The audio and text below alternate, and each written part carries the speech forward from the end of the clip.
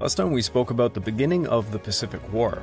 In late 1941, the Second Battle of Changsha ended with Chinese forces claiming victory despite suffering nearly 100,000 casualties against roughly 1,670 Japanese losses. Chiang Kai-shek's government launched an aggressive propaganda campaign, flooding international press with fabricated triumph narratives to sustain the national morale. Behind closed doors, Chiang was furious at his general's tactical failures, executing commanders and dismantling units. Meanwhile, geopolitical forces threatened China's survival. Japan's 1939 defeat at Nomonhan crushed hopes for a Soviet alliance against Tokyo. Germany's pact with the Soviet Union left China isolated, while Western powers remained reluctant to commit meaningful support. Britain offered little. The Americans provided only modest loans. By 1941, facing potential collapse, Chiang Kai-shek desperately searched for allies, while Wang Jingwei's Japanese-backed rival government beckoned as an alternative. China's exhausted people endured horror, including a 1941 bombing massacre in Chongqing that killed over 400 trapped civilians. Then, Japan unleashed a surprise attack on Pearl Harbor. This episode is An Implosion in the East.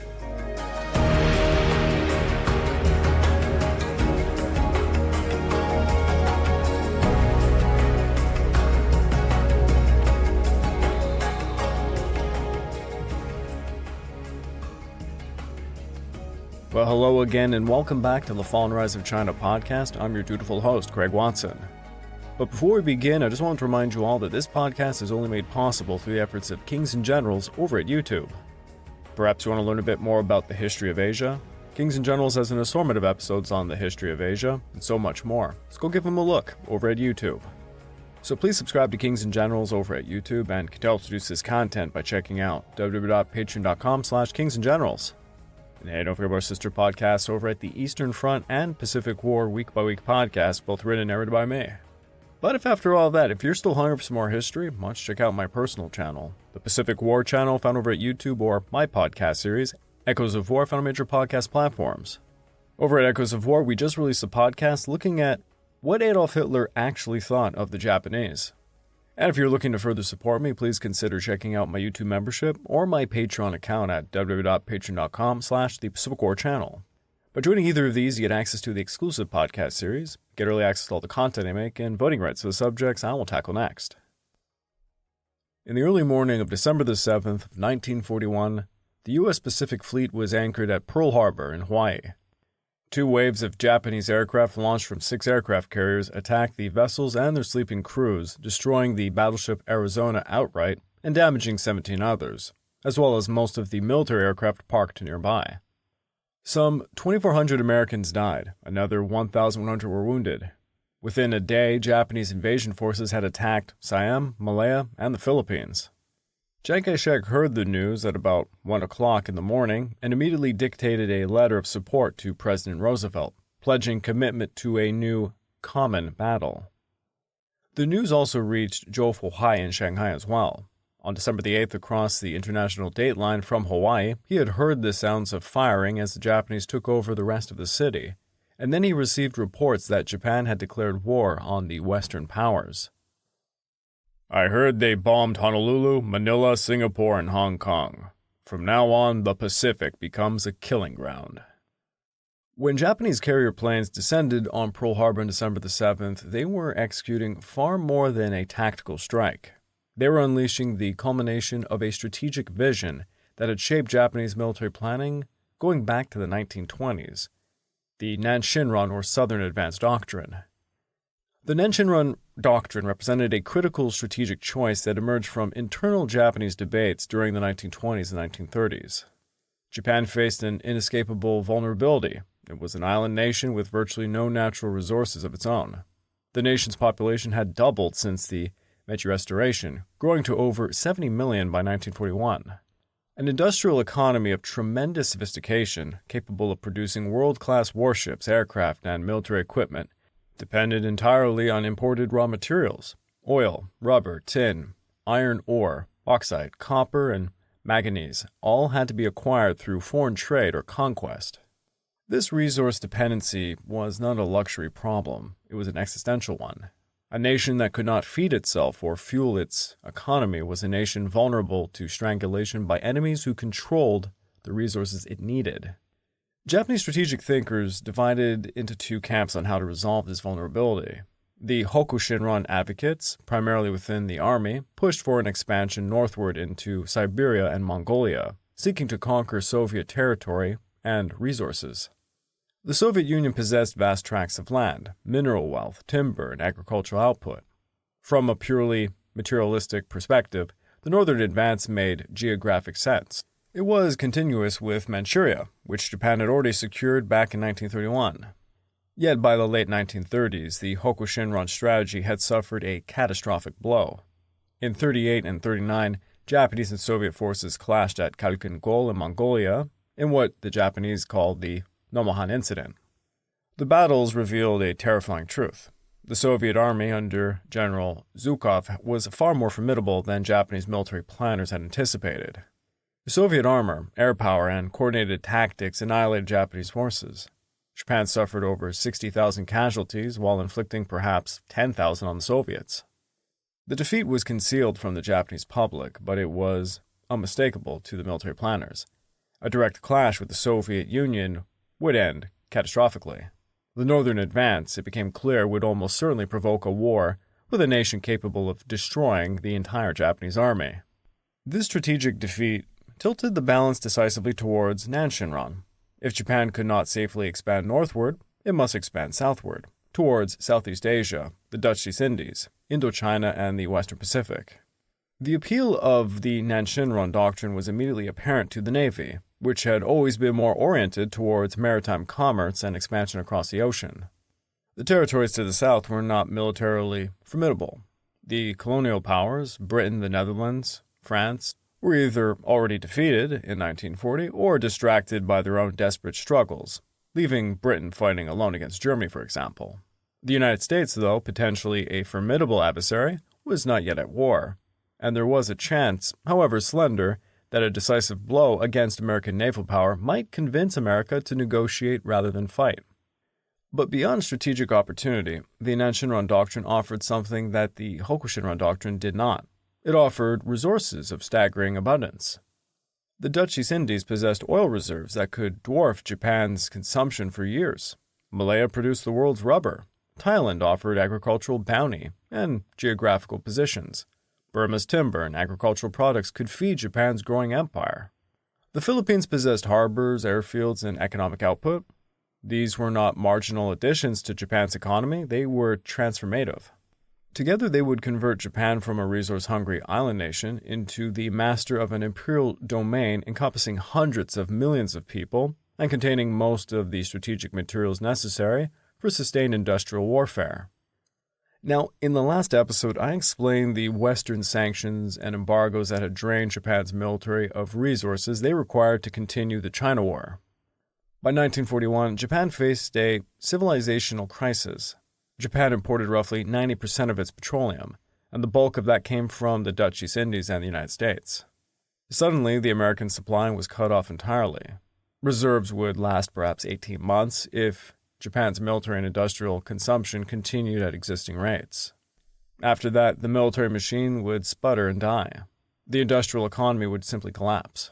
Even civilian life would become impossible to sustain. Japan was facing not merely economic inconvenience, but literal strangulation by the Western powers.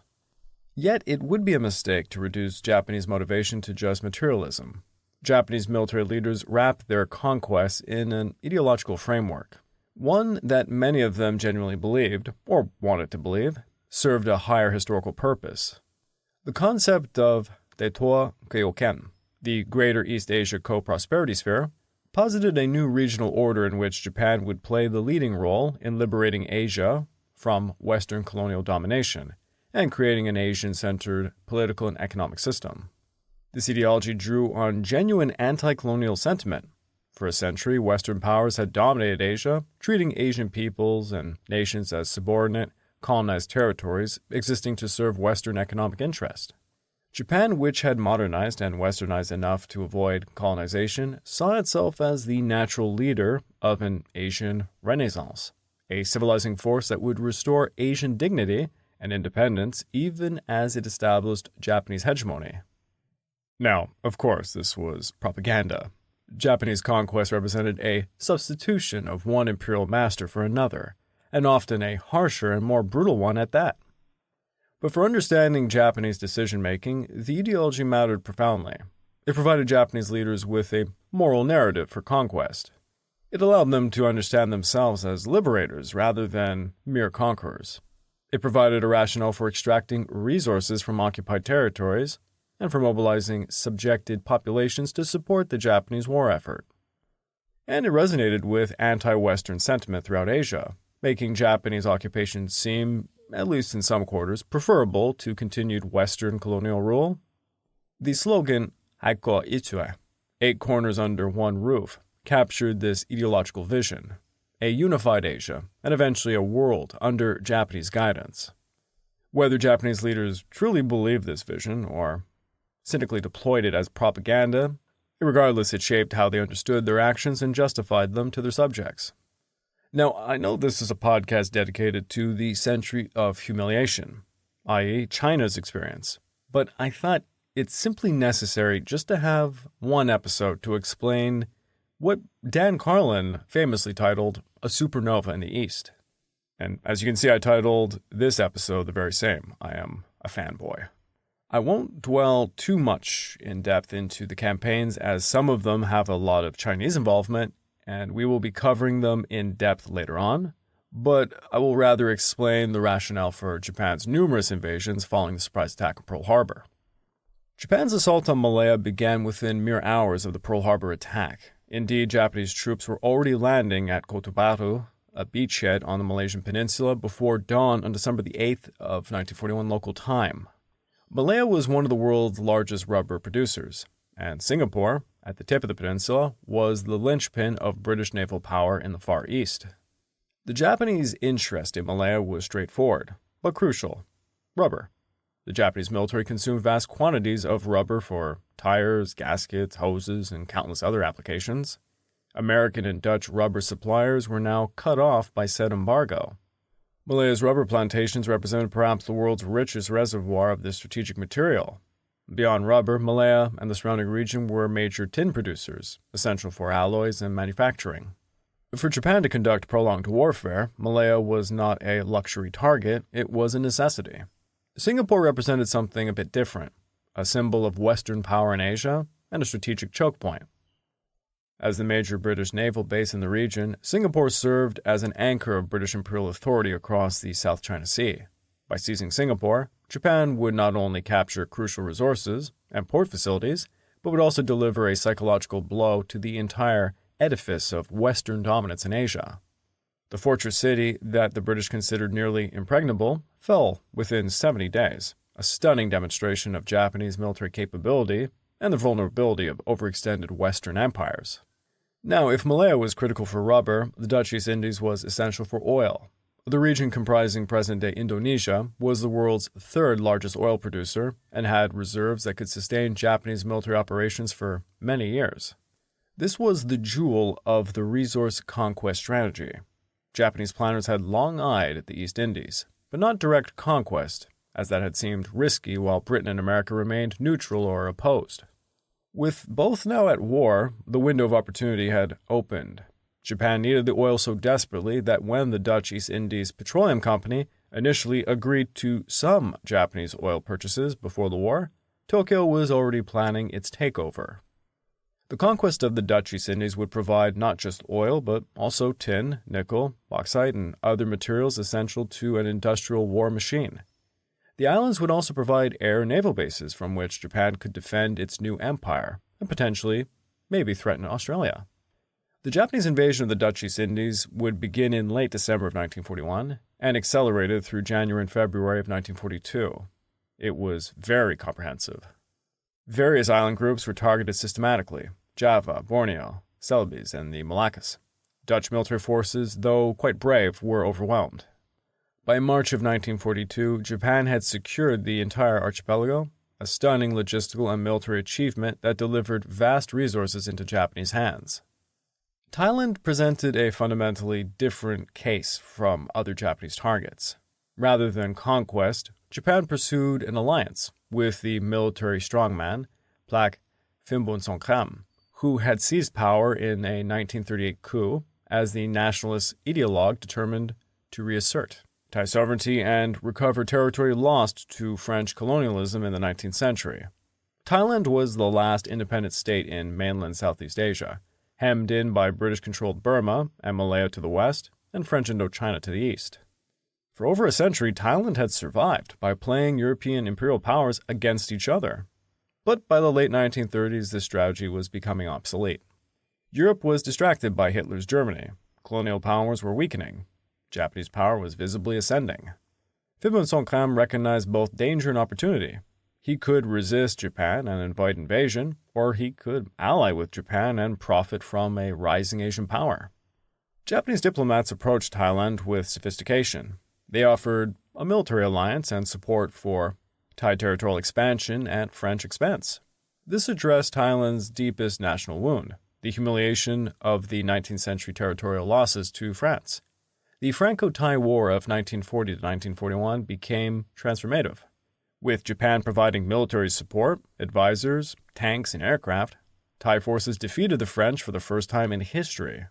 By May of 1941, Thailand had recovered 54 square kilometers of Cambodian territory and portions of Laos. For Phimpongsakhram, this was extraordinary. He had achieved what Thai leaders could never dream to do, reclaiming territory from a Western imperial power. Domestically, his position was dramatically strengthened. The parallel to China's century of humiliation, the foundation of your very podcast, is quite striking. Thailand, too, was reversing colonial diminishment through association with a rising Asian power. The Thai-Japanese relationship was rather unique. Unlike the Philippines, Malaya, or the Dutch East Indies, Thailand would retain nominal independence. Phimpongsakhram remained in power. Japanese occupation was very light. Thai forces maintained their own command structure. Most importantly, Thailand's territorial gains from the Franco-Thai War were recognized and secured. Japan valued Thai cooperation more than conquest. Burma, controlled by the British, was the next target in Japan's southwestward advance. Japanese planners had multiple motivations for invading Burma. First, it was strategically positioned on India's eastern frontier, and Japan harbored ambitions of eventually striking towards India and possibly linking up with Germany in the Middle East, or at the very least, destabilizing the British position in South Asia. Second, Burma was a significant producer of timber and agricultural products. Third, and perhaps most importantly, the invasion of Burma was meant to cut the Burma Road, the crucial supply line that allowed American aid to reach nationalist China. The invasion of Burma would begin in late 1941 and would accelerate through early 1942. The invasion of the Philippines, which began on December the 10th, just days after Pearl Harbor, served multiple strategic purposes. Like the assault on Pearl Harbor itself, it was meant to neutralize American military power in the region. In this case, the American garrison under one General Douglas MacArthur and the American colonial administration there. But the Philippines were also valuable in their own right. The island sat directly in the path of what Japan envisioned as its defensive perimeter. By controlling the Philippines, Japan would make it extraordinarily difficult for American forces to project power westward into Southeast Asia. The territory would provide naval and air bases critical to defending Japan's new empire. Additionally, the Philippines possessed some agricultural and industrial resources valuable to the war effort, and their conquest delivered a psychological victory, defeating American forces and ending American colonial rule in Asia, which appealed to anti-Western sentiment that Japan tried to cultivate. Beyond Southeast Asia and the Philippines, Japan rapidly invaded Guam and Wake Island to extend Japan's defensive perimeter further into the Pacific and eliminate American air and naval bases that could threaten Japanese operations. Guam was seized on December the 10th of 1941, fell within about 2 days. The American garrison was quite small, and the island's strategic value lay primarily in denying the United States a forward staging ground for any counteroffensive. Wake Island was attacked the same day, and finally captured on December the 23rd after a brief but heroic American defense. And it served similar purposes, cutting off American reconnaissance and interdicting potential supply lines to the Philippines. Now, I believe that's enough of the said implosion in the East. Let's get back to the situation in China. After Chiang Kai-shek sent his letter of support to President Franklin Delano Roosevelt, pledging China's commitment to what he would term common battle, he did something most revealing about his mood towards the global war. He played Ave Maria on his gramophone, celebrating with an almost spiritual gratitude the implications of what had just transpired in the American Pacific. This moment crystallized the profound difference Pearl Harbor would mean to different members of the emerging Allied coalition. For the United States, the attack was pure shock, a violation of the sanctity of American soil and the complacency of American isolationism. For Britain, it was like the pricking of a large, painful blister. Painful, but perhaps not entirely unexpected, given Japan's regional ambitions. But for China, the relief that surged through the government and the consciousness of the Chinese people surpassed even Britain's response. For 4 long years, China had fought Japan completely alone, watching as Western nations remained neutral or limited in their commitment to rhetorical support and modest material assistance. Now suddenly, the trajectory of the entire conflict had shifted with breathtaking speed. Chiang's emotional state at this moment could scarcely be contained, and those close to him understood that beneath his carefully maintained Confucian composure burned an intoxicating sensation of vindication. These Western powers who had been so impatient with Chinese strategy, who had mocked the retreats of the Nationalist Army and spoken scornfully of Japanese capabilities, were now themselves in headlong retreat from those very islanders. In Hong Kong, Singapore, and Manila, British and American forces would be fighting desperately for their lives against the Japanese military that China had been contending with for 4 years. Chiang could not have failed to perceive the irony. The Japanese had conquered vast stretches of China through relentless campaigns, yet Westerners had dismissed Chinese resistance as inadequate. Now the Japanese were proving that they posed a formidable challenge to Western military power as well. There was a bitter satisfaction in this vindication, even as Chiang understood that the strategic implications of American entry far outweighed any emotional satisfaction. What was pragmatic and strategically clear to Chiang, however, was far more important than any emotional satisfaction. The United States was now at war, and it was on China's side.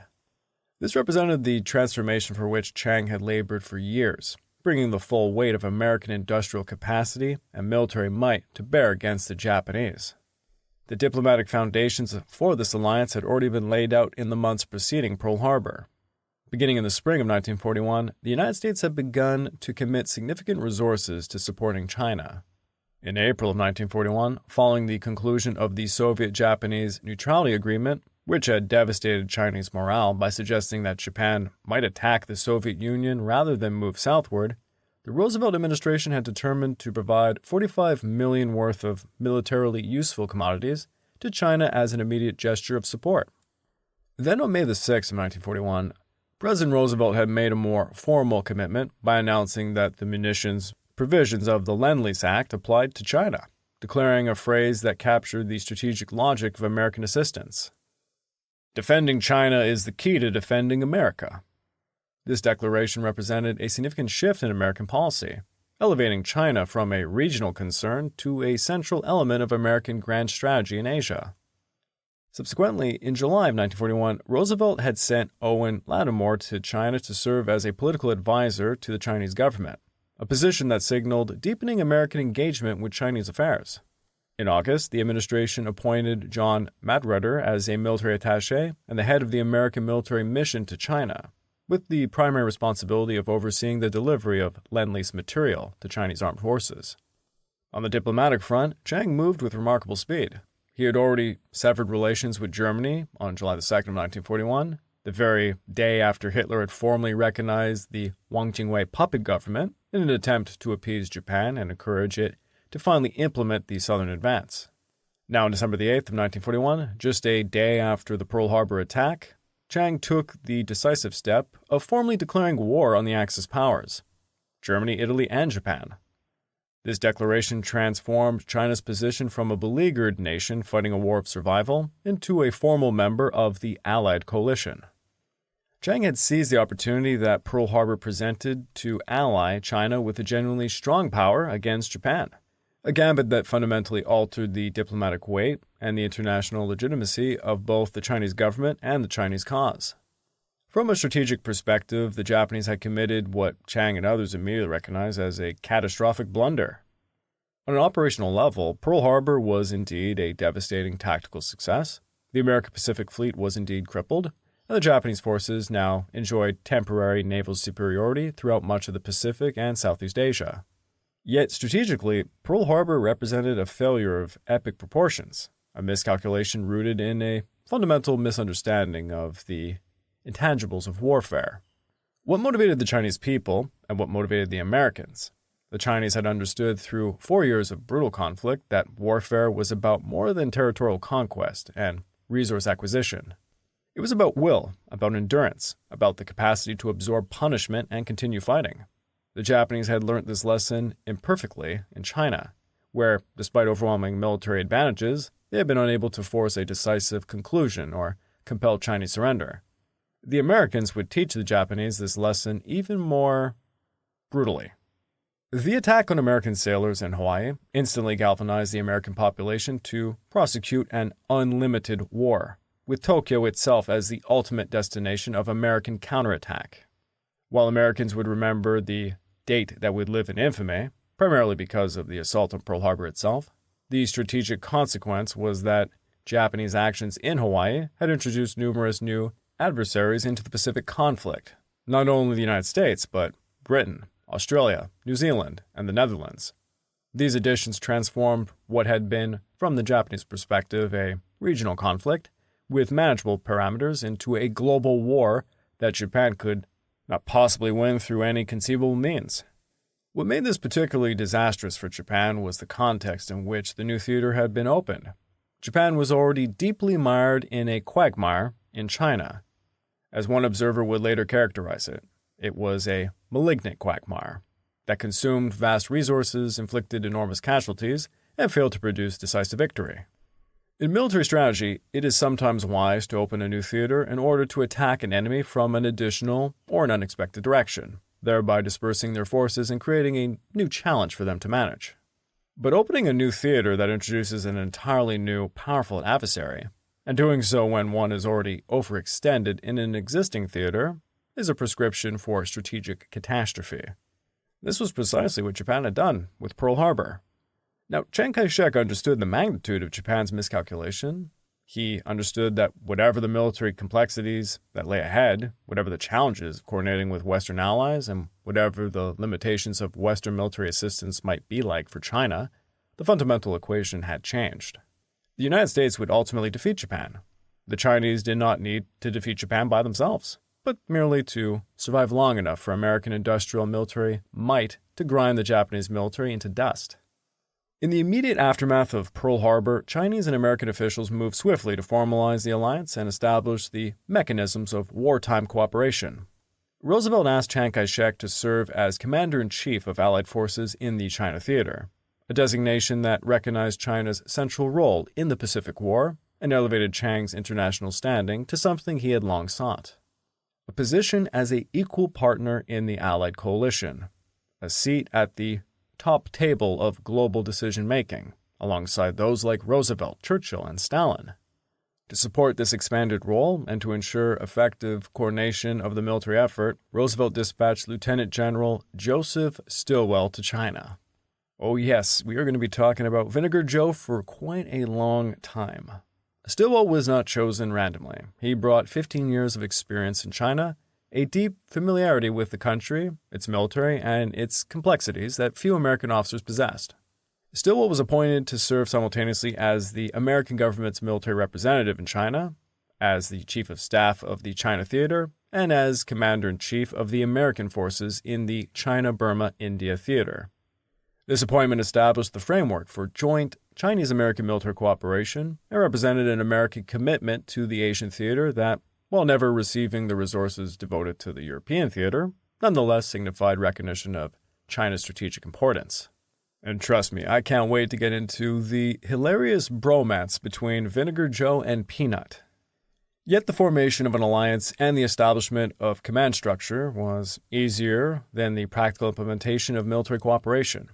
The fundamental challenge that would plague the Chinese-American relations throughout the war emerged almost immediately: the problem of delivering military assistance to China. Before Pearl Harbor, the United States and China had reached an agreement on three major points regarding military assistance. First, the United States would provide training and technical support to assist China in establishing a modern air force. Second, the United States would provide training and equipment for a ground army consisting of about 30 divisions. Third, the United States would assist China in constructing railways and highways from Yunnan to Burma, along with the provision of rolling stock and vehicles to support these new transportation routes. These were very ambitious plans, reflecting the extent of Chinese need and the American willingness to support the Chinese war effort. However, the outbreak of the Pacific War threw American plans into disarray. The fundamental strategic doctrine guiding American policy was Europe first, which meant that the European theater and to defeat Nazi Germany received priority over the Pacific. Additionally, China's geography made it extraordinarily difficult to supply. China could only be reached through supply lines of extraordinary length and complexity, either through the port of Rangoon in Burma and then overland via the treacherous Yunnan-Burma Road, or through the port of Hong Kong, which, of course, fell almost immediately to the Japanese. The first Sino-American loan agreement had specified that the United States would deliver commodities worth $45 million to China in 1941. However, shipping shortages meant that only about $26 million worth of commodities actually left the United States. These commodities were shipped to the transit port of Rangoon, where a massive traffic jam developed as supplies accumulated faster than they could be distributed onwards to China. Along the Yunnan-Burma Road, the much-contested lifeline, as it became known, conditions were quite chaotic. The road had always been a source of trouble. It was very long, extraordinarily difficult to keep in repair, fantastically dangerous to travel, and too narrow to permit much volume of traffic at any one time. Due to mismanagement and pilfering, the commodities that were shipped out of Burma suffered heavy losses in transit, and only about a third of them actually arrived in Chongqing. Yet the United States had already established one valuable asset in China that could be deployed relatively quickly: an air force.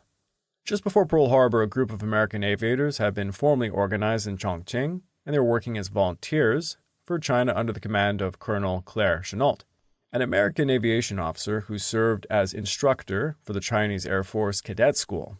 Some of these men had been flying in China since the Kuomintang first began purchasing American aircraft, having come to demonstrate the aircraft and remaining to pilot and teach. Others had hurried to China after being released from their volunteer service in Spain, where they had gained some very good combat experience during the Spanish Civil War. It was quite a familiar joke that pilots from both sides of the Spanish conflict were likely to meet up and work side by side in China. But political convictions proved immaterial to these professional aviators. They got on well enough with each other, mercenaries of the 20th century united by their expertise and willingness to fight. When American traffic on the Burma Road swelled in volume and became chaotic, with cargo lost to pilfering and trucks breaking down from mishandling, the air freight service into Chongqing became increasingly vital to maintaining Chinese military capabilities. The backbone of this organization was America. It had been in operation for months before the Japanese attack. Halfway down the Burma Road, over the border in Burma, was a plane factory backed by American and Chinese capital, providing some degree of repair and maintenance capacity for the aircraft operating out of China. Recognizing the strategic value of these experienced aviators and the need to formalize and expand their operations, American and Chinese officials moved quickly to incorporate this volunteer group, formerly known as the American Volunteer Group, or the Flying Tigers, into the U.S. Army Air Force. This transformation of volunteer aviators into official American military personnel represented a commitment to providing air support to Chinese operations, recognizing that air power could compensate to some degree for Chinese numerical disadvantages in ground combat. In Chongqing, it was clear that among the United Nations fighting Japan, America was the only one taking China seriously, the only one prepared to invest significant resources in Chinese military capabilities and the Chinese war effort. Yet Pearl Harbor brought consequences that extended far beyond the strategic and diplomatic spheres. For Western civilians living in China, missionaries, teachers, doctors, businessmen, journalists, and such, the attack represented a catastrophic change in their status and their fate. Until December the 8th, Westerners residing in China had maintained a curious protected status as foreign neutrals, even in areas nominally controlled by the Japanese.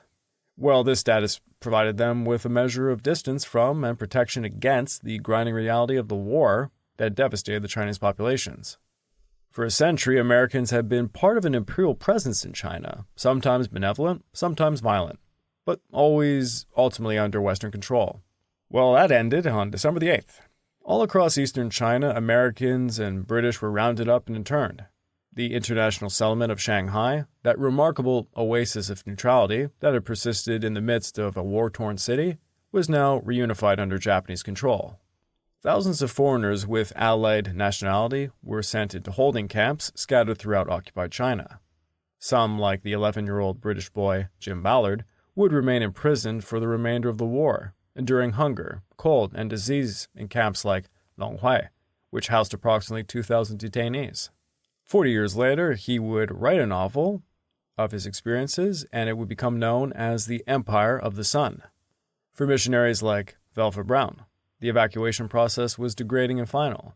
The missionary staff were permitted to pack no more than 3 suitcases with their belongings.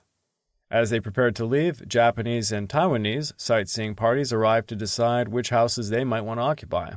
The journey home aboard crowded Japanese ships offered no concessions to status or dignity. Ambassadors, consuls, merchants, and missionaries alike were given bed-sized strips of Chinese matting, which they spread side by side on iron floors of the hold. The humiliation was compounded by the finality of it all. For many, their decades-long presence in China was ending not in orderly retreat, but in a hasty evacuation, leaving behind servants, many of whom had been with us for 15 or 20 years, in the words of Brown. Despite these immediate human tragedies, the strategic transformation that Pearl Harbor wrought for China was undeniable. Chiang Kai-shek now embarked on an entirely new sort of life, heavily involved with the leaders and the generals of the Western powers. He held diplomatic discussions with the leaders of the United Nations and military planning sessions with Western generals. In these unfamiliar circumstances, he did his best to live up to the Confucian ideals of the gentleman, seldom permitting the mask to slip, though the pressure of these new responsibilities and the intoxicating combination of vindication and anxiety would occasionally prove too much, even for his considerable self-control. Within just weeks of Pearl Harbor, Chiang Kai-shek demonstrated the value he could bring to the new alliance. He visited India, and he spoke with the leaders of the Indian independence struggle as an ally and as a friend, as a fellow non-European speaking to others seeking to escape from colonialism and imperial domination. He joined the Allies in their first joint campaign, not in China, but in the jungles of neighboring Burma, committing Chinese forces to operations outside China's borders in support of the broader Allied military strategy. Yet the price that Chiang Kai-shek would pay for China's belated entry into the global alliance against the Axis powers would prove to be a heavy one. Chiang desperately needed his new American and British partners, but accepting this alliance would unleash forces within Chinese society that would threaten the very basis of his political control. The complexities of this bargain would become most visible in the 4-year struggle between Chiang and General Joseph Stilwell. This relationship, shaped by mutual suspicion, different strategic visions, and incompatible political agendas, would define Chinese-American military cooperation during the Pacific War and would have a profound implication extending far beyond the battlefields of Asia.